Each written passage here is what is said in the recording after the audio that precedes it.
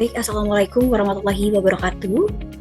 Sebelumnya izinkan saya memperkenalkan diri. Nama saya Karina dengan NPM 2311031114. Pada kesempatan ini, saya akan membahas tentang tutorial pelaporan SPT wajib pajak orang pribadi pembukuan menggunakan e-form. Adapun tujuan dari tutorial ini adalah untuk memberikan pemahaman kepada wajib pajak, khususnya yang melakukan kegiatan usaha atau pekerjaan bebas dan menyelenggarakan pembukuan, mengenai menggunakan e-form dalam pelaporan SPT tahunan secara lebih efisien dan praktis.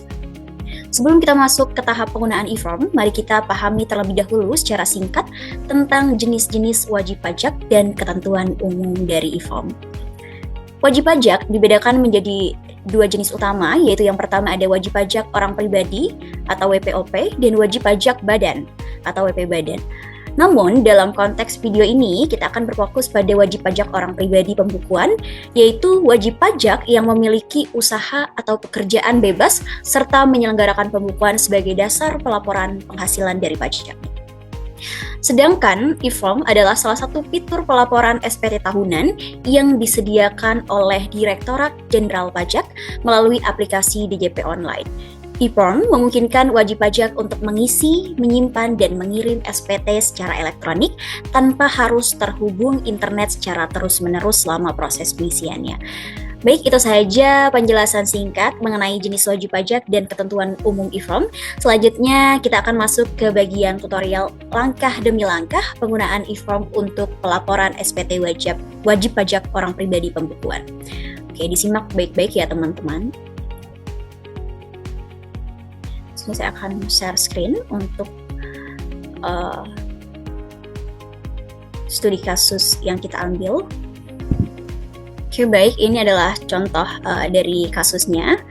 Toko elektronik merupakan toko peralatan yang berupa menjual TV, kulkas, dispenser, dan didirikan sejak tahun 2014 oleh Bapak Abdul Aziz Munir. Berikut adalah informasi yang berhubungan dan berkaitan dengan pajak penghasilan. Ini data yang pertama, ada data diri wajib pajak, ada NPWP, alamat, telepon, dan lain sebagainya. Yang kedua ada peredaran usaha tahun 2022. Di sini ada informasinya. Selanjutnya ada informasi tambahan selama tahun 2022. Dan yang keempat ada susunan keluarga, data harta, dan yang terakhir ada yang diminta untuk melakukan koreksi fiskal dan hitung laba fiskalnya. Dan yang kedua adalah hitung PPh kurang bayar atau lebih bayar Pak Abdul Aziz untuk tahun pajak 2022. Oke, langsung saja kita buka e-formnya. Di sini saya sudah siapkan biasanya. Nah, jadi yang pertama kita mengisi bagian harta di akhir tahun Pak Abdul Aziz Munir ini. Oke, langsung saja di sini untuk harta yang pertama kan. Nah, ini ada rumah. Ini kita isi. Kita ambil yang 061, rumah, tanah, dan bangunan atau bangunan untuk tempat tinggal. 061, kode hartanya, sini kita tulis rumah, dan tahun perolehannya ada 2012 dengan harga perolehan 800 juta. Untuk keterangannya kita ambil alamatnya.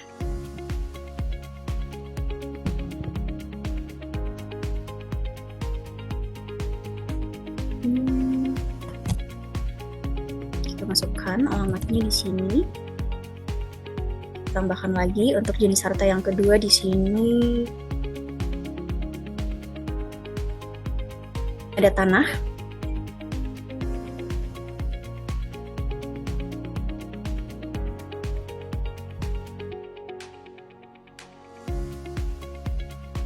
(063) ya teman-teman. Karena hanya lahan saja, kita di sini tulis tanah. Untuk tahun perolehannya tadi ada 2014 dengan harga perolehan 500 juta. Oke, untuk keterangannya kita ambil lagi alamatnya.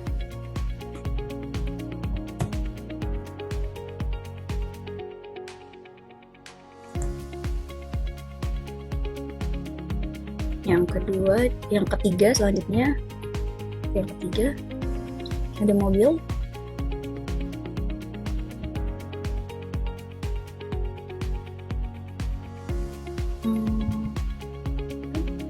Sini kita tulis jam Innova ya, tadi ambilnya ke jam Innova.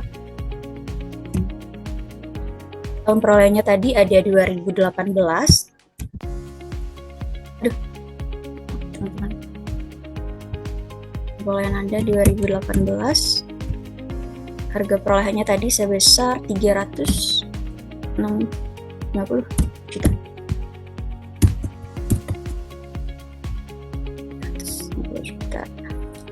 Untuk ininya kita ambil BE-nya ya teman-teman.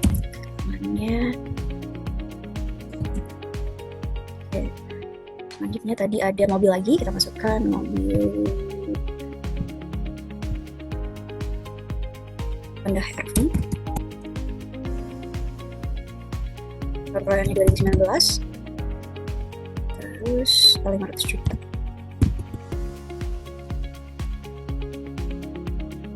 Oke, kita ambil lagi di sini untuk BE-nya lagi.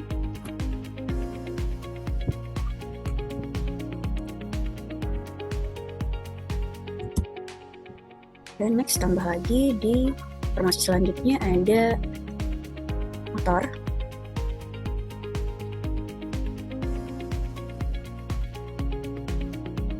Sepeda motor tadi ada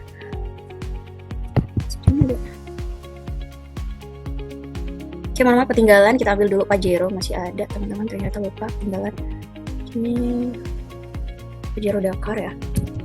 Pajero Dakar, tahun perolehannya tadi 2021 dengan harga perolehan 750 juta. Gitu.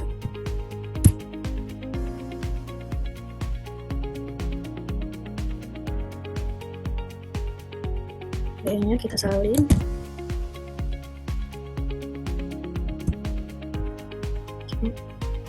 Ini ada tadi sepeda motor.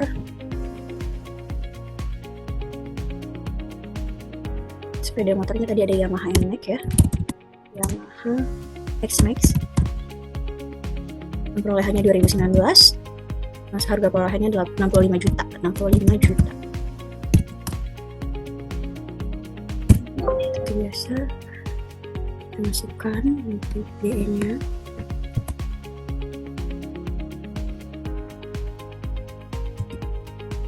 Tambah lagi, informasi selanjutnya ada peralatan elektronik rumah. Kita ambil yang ini 055 udah hartanya. Terus di sini elektronik rumah. Dan perolehannya tadi 2008 sebesar 65 juta juga.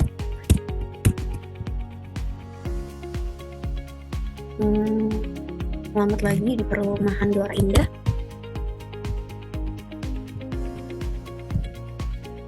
Tambah lagi informasi selanjutnya tadi ada tabungan, dia ada tabungan di mana? Kita lihat tabungan di Bank BNI, masukkan di sini Bank BNI 2021 sebesar 400. Namanya kita ambil di nomor rekeningnya.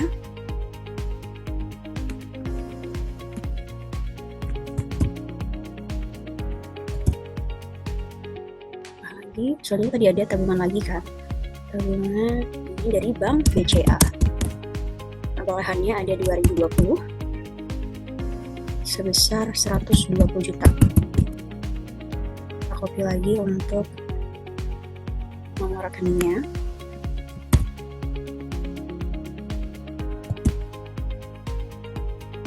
Selanjutnya yang terakhir ada deposito. Masukkan deposito di Bank CA 2022 600 juta. Oke, kita copy untuk nomornya.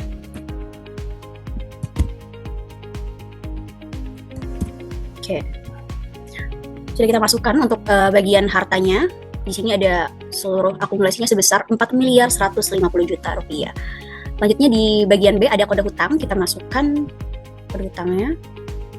Apakah di yang terakhir ada hutang BNI ya?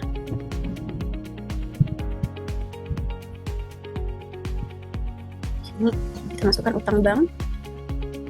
Ada bank BNI tadi. Alamatnya kita copy saja. Alamatnya tahun ini 2018. Nominalnya ada 100 juta. Oke, hutangnya sudah selesai, hanya satu saja.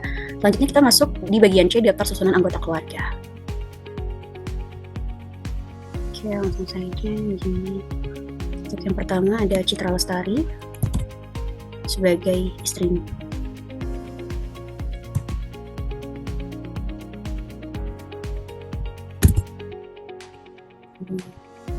Niknya kita salin, nik istrinya.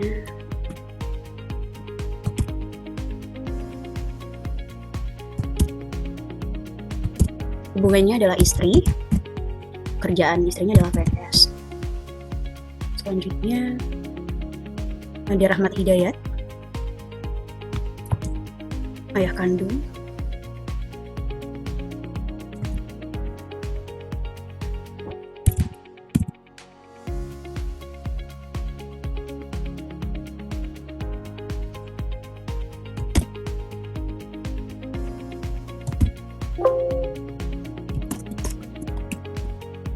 Dia bekerja.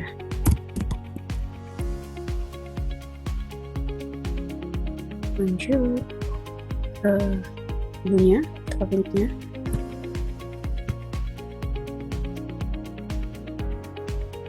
Rahayu. Sini kita masukkan. Ini di sini dia bekerja juga. Selanjutnya ada Kevin sebagai anak kandung, statusnya sudah bekerja. Kevin, niknya, hubungannya adalah anak kandung, dan status kerjaannya sudah bekerja. Yang terakhir ada Randy, kita copy niknya. Kuliah Randy, niknya di sini ada anak kandung, di sini masih kuliah. Sudah, untuk lampiran 4-nya sudah terisi. Jadi total hutangnya tadi ada 100 juta dan sudah diisi juga bagian C terkait susunan anggota keluarganya. Kita klik selanjutnya. Lampiran 3. Untuk lampiran 3 ini, di bagian A ini kita mengisi penghasilan yang dikenakan pajak final atau yang bersifat final. Berdasarkan informasi tambahan di sini, bahwasannya Bapak Abdul Aziz ini dia mendapatkan hadiah undian Lotak NMAX sebesar 65 juta. Jadi kita masukkan di sini ada hadiah undian 65 juta. Untuk PPh terutangnya, hadiah undian itu tarifnya adalah sebesar 25% dari dasar pengenaan pajaknya. Jadi 65 juta dikali 25%, hasilnya 16.250. Kita lihat lagi informasi tambahannya. Ada sewa tanah. Bapak Abdul Aziz memiliki bukti potong atas sewa tanah dengan nomor senilai 6 juta. Jadi yang 6 juta ini adalah PPh terutangnya, teman-teman. PPh terutangnya. Jadi kita masukkan di sini. 6 juta ini sebagai PPh terutangnya. Oke. Di sini karena tarif salah perempatan, maaf, sorry ya teman-teman. Oke, baik, yang kita isi dulu.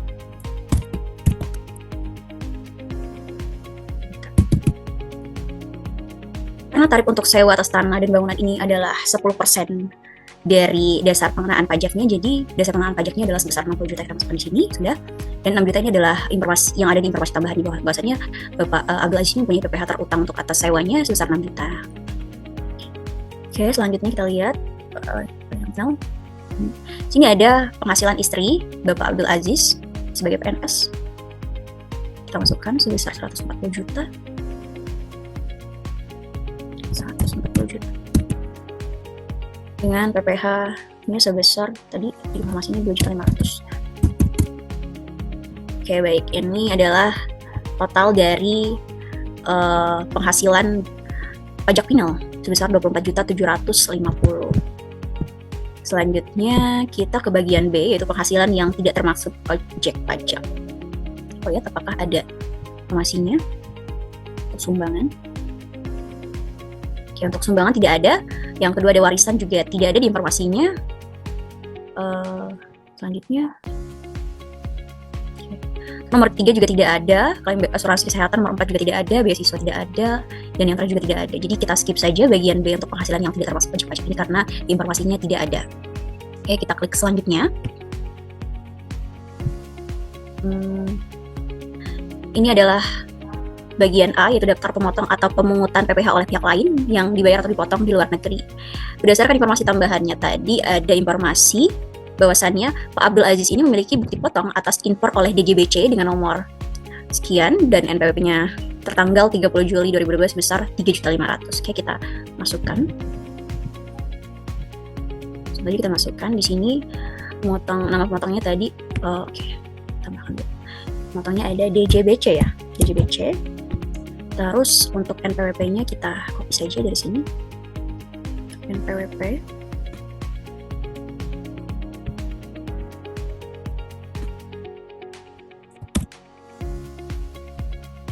NPWP-nya. Untuk nomor kita copy lagi, ini yang ini.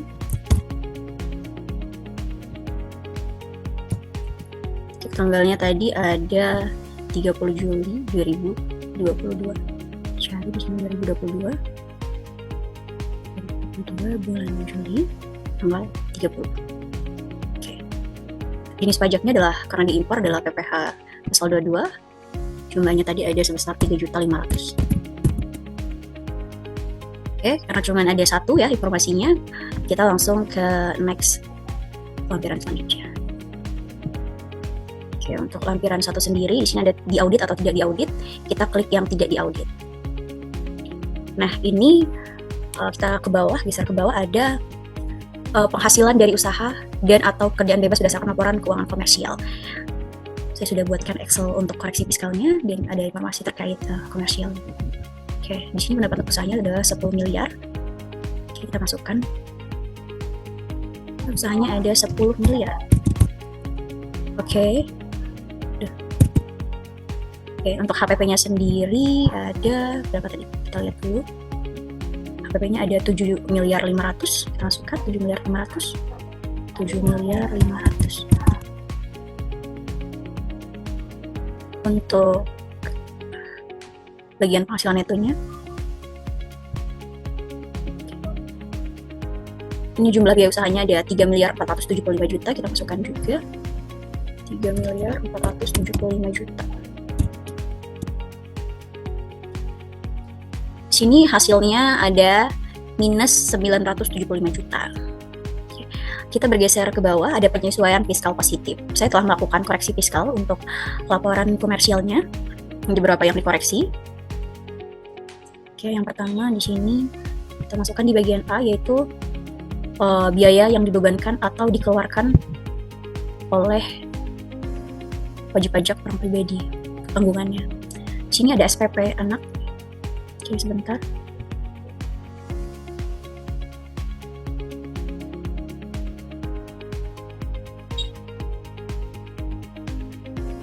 Oke, selanjutnya kita koreksi positifnya ya teman-teman. Yang pertama di sini kita masukkan di bagian 2A.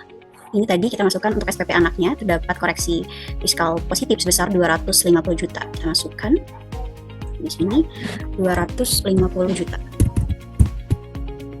Oke. Untuk bagian B, premi asuransi tidak ada, jadi kita langsung ke 2C. 2C ada sumbangan yang perlu diberikan untuk Natura. Natura tadi ada beras karyawan, itu termasuk Natura, jadi kita koreksi tadi sebesar beras karyawan. Mohon maaf sebelumnya. Gimana sebelumnya ini untuk SPP anaknya adalah sebesar 60 juta teman-teman. Salah lihat tadi itu sumbangan yang satu. Sini langsung aja di sini aturannya tadi ada berapa? Oke, pengaturannya ada 80 juta.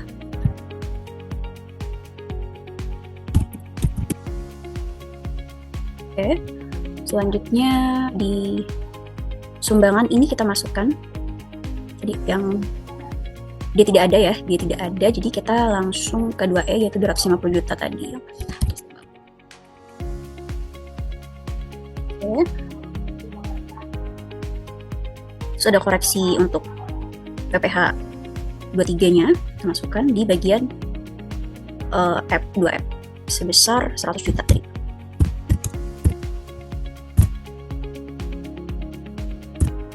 Oke.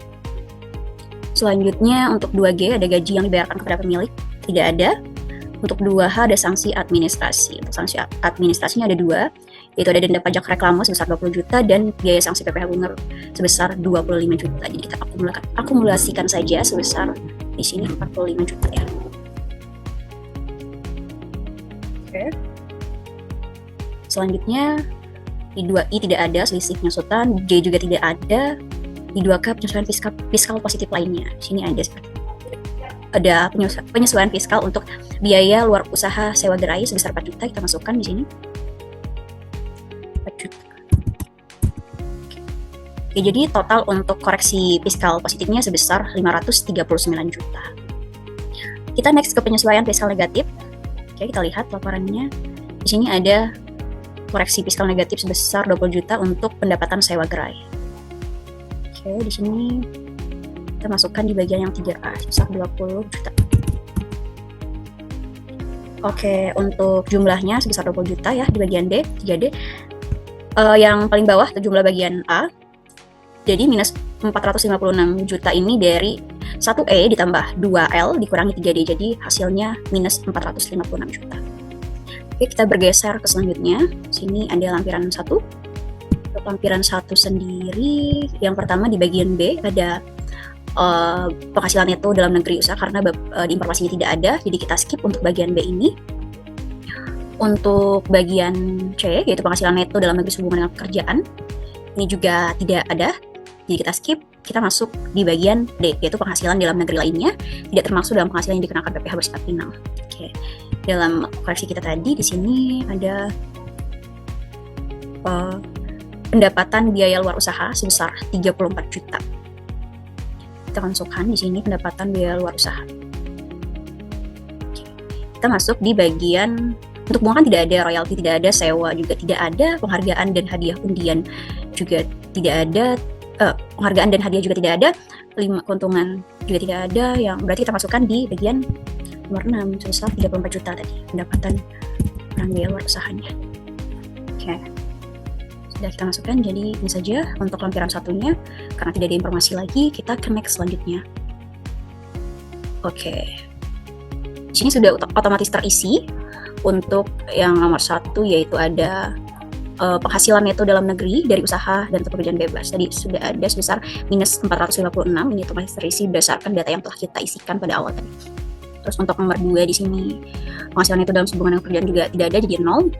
Nomor 3 ini 34 juta ini dari pendapatan usaha dikurang biaya luar usaha tadi sebesar 34 juta, jadi otomatis terisi juga. Untuk nomor 4 penghasilan neto luar negeri tidak ada, jadi 0. Dan nomor 5 ini minus 422 juga sudah terisi otomatis. Hasil dari bagian 1 plus 2 plus 3 dan plus 4 jadi minus 422 juta. Oke, untuk nomor 6 sendiri di sini ada zakat atau sumbangan keagamaan yang bersifat wajib. Kita lihat informasi di soalnya.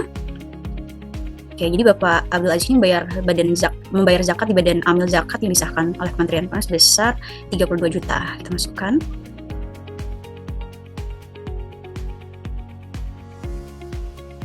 $32 juta. Kita lihat lagi. Membayar zakat ke fakir miskin besar 45 juta. Karena membayar zakat fakir miskin merupakan bukan zakat yang disahkan oleh Kementerian Keuangan, jadi tidak perlu dimasukkan. Oke, kita ke next bagian selanjutnya. Nomor 8 ada realisasi kerugian, tidak ada, kita kosongkan saja. Untuk yang jumlah penghasilan itu setelah kompensasi kerugian juga tidak ada. Yang 10 ada penghasilan tidak kena pajak. Karena Bapak si Abdul Aziz Munir ini dia K3 jadi ya. Oke, 3. Kita isikan di sini, kita pilih 3. Oke, 72 juta otomatis terisi. Untuk ini bagian 11 penghasilan kena pajaknya tidak ada karena minus tadinya, ini minus 400 ini, jadi tidak ada, jadi 0. Oke, kita ke next ke yang bagian 12, PPh terutang, tarif ini juga tidak ada. Terus nomor 13 untuk pengembalian atau pengurangan PPh pasal juga tidak ada. Ini tidak ada. Jadi kita langsung ke yang 15, yaitu PPh yang dipotong itu dipungut oleh pihak lain. Ini 3.500.000 dari impornya tadi oleh pemotongnya DJBC, PPh pasal 22 tadi. Jadi dia otomatis terisi di sini 3.500.000. Oke, untuk ini jadi totalnya 3.500 dikurangkan ya. Oke, jadi totalnya 3.500.000 untuk PPh dibayarnya. Oke, kita oh iya, di sini belum. Untuk di sini kita lanjut lagi ke bagian 17A. 17A ini ada PPh yang dibayar sendiri. Ini ada di informasi soalnya ada membayar PPh 25 hanya 9 bulan dengan nominal per bulannya 10 juta. Jadi 9 bulan dikali 10 juta adalah 90 juta. Kita masukkan di sini ya, 17A 90 juta. Oke. Untuk 17B tidak usah karena tidak ada STP PPh pasal 25-nya. Jadi di bagian 19 ini sudah terisi otomatis, yaitu ada sebesar PPh yang lebih bayar sebesar 93.500.000. Oke, ini kita silang, restitusikan. Yang bagian apa? Untuk selanjutnya di bagian 20 tidak usah, dan 21 angsuran juga tidak usah, kita skip saja. Untuk G lampiran di sini kita checklist di bagian neraca. Terus di sini kita ketik bukti potong impor, karena tidak ada jadi kita ketik saja dipotong impor PPh 22 dan bukti potong PPh 25. Oke, baik, kita bergeser ke bawah. Di sini untuk tanggalnya kita boleh isikan di tanggal hari ini aja ya teman-teman. Oke, sebagai contoh saja. Baik, sudah selesai teman-teman terkait video tutorial untuk pengisian SPT tahunan untuk wajib pajak orang pribadi. Jadi pada kesimpulannya si Bapak Abdul Aziz Munir ini mempunyai PPh yang lebih bayar sebesar 93.500.000. Oke, perlu dicatat bahwasannya informasi ini hanya bersifat ilustrasi saja. Jadi bukan informasi yang benar-benar fakta diambil dari wajib pajak orang pribadi, bukan. Jadi ini hanya sebagai contoh ya teman-teman. Oke, jadi kita masuk ke dalam kesimpulan dari hasil tutorial tadi ya, bahwasannya dari video yang tadi dapat disimpulkan bahwa penggunaan e-form dalam pelaporan SPT tahunan memberikan kemudahan gitu bagi si wajib pajak orang pribadi. Jadi dengan sistem ini gitu, wajib pajak dapat melaporkan kewajiban perpajakannya dengan lebih cepat, akurat, dan sesuai dengan ketentuan yang berlaku. Gitu.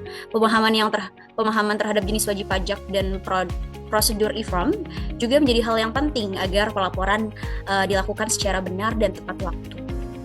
Jadi sebagai saran edukasi pajak, masyarakat diharapkan dapat meningkatkan kesadaran dan pengetahuannya mengenai kewajiban perpajakan sejak dini. Baik itu melalui pelatihan gitu ya, sosialisasi maupun sumber belajar digital dari Direktorat Jenderal Pajak. Jadi dengan pemahaman yang baik, wajib pajak tidak hanya patuh terhadap regulasi, tetapi juga turut berkontribusi dalam mendukung pembangunan nasional melalui kepatuhan pajak yang berkelanjutan. Oke, itu mungkin kesimpulan dan saran dari video tutorial saya hari ini. Kurang lebihnya saya mohon maaf. Mohon maaf jika terdapat kesalahan dalam tutur kata saya yang kurang berkenan. Saya akhiri, wabillahi taufik wal hidayah. Wassalamualaikum warahmatullahi wabarakatuh. Semoga bermanfaat teman-teman.